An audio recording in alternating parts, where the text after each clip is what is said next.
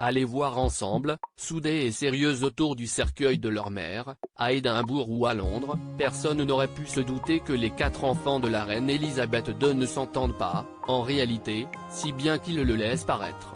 Pourtant, les disputes entre eux ne manquent pas, et notamment entre 2 des 4 enfants, Charles et Andrew d'York.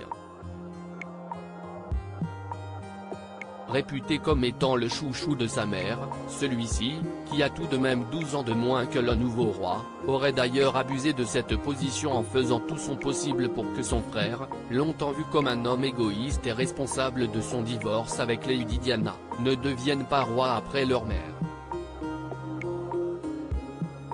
Il faut dire que tous les deux sont très différents. Militaire de carrière, Andrew est très loin de son frère, plus sensible, qui s'est plutôt concentré toute sa vie sur des causes sociales.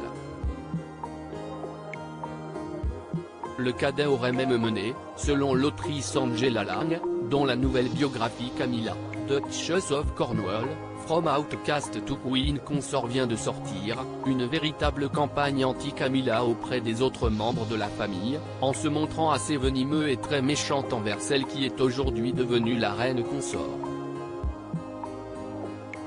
Une bataille perdue, puisqu'après plusieurs années de négociations avec ses parents, son frère a bien épousé Camilla Parker Bowles en 2005, en secondes noces, et que celle-ci est plutôt appréciée désormais. Un roi plutôt rancunier des actes que le roi Charles ne lui aurait pourtant absolument pas pardonné. Lorsque l'affaire Epstein a commencé à concerner son frère, le futur roi a en effet immédiatement pesé de tout son poids pour que celui-ci soit écarté des membres seniors de la famille royale, alors qu'il en était l'un des membres actifs.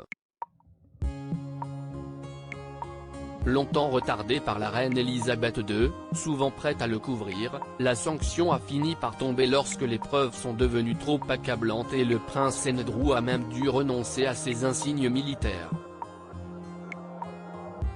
Opposé à toute cérémonie en sa présence, le prince William avait lui aussi pris parti contre son oncle, intimant parfois à sa grand-mère qu'elle devrait faire un choix entre lui et son fils.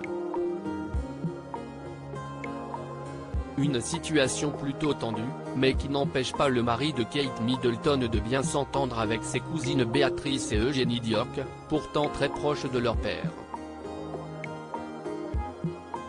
Depuis une semaine cependant, la guerre froide qui se déroule entre Charles et Andrew depuis tant d'années a été mise en pause. Le roi a en effet convié son frère à toutes les cérémonies qui se sont déroulées en hommage à leur mère, lui permettant même d'enfiler son uniforme de l'armée pour une courte veillée.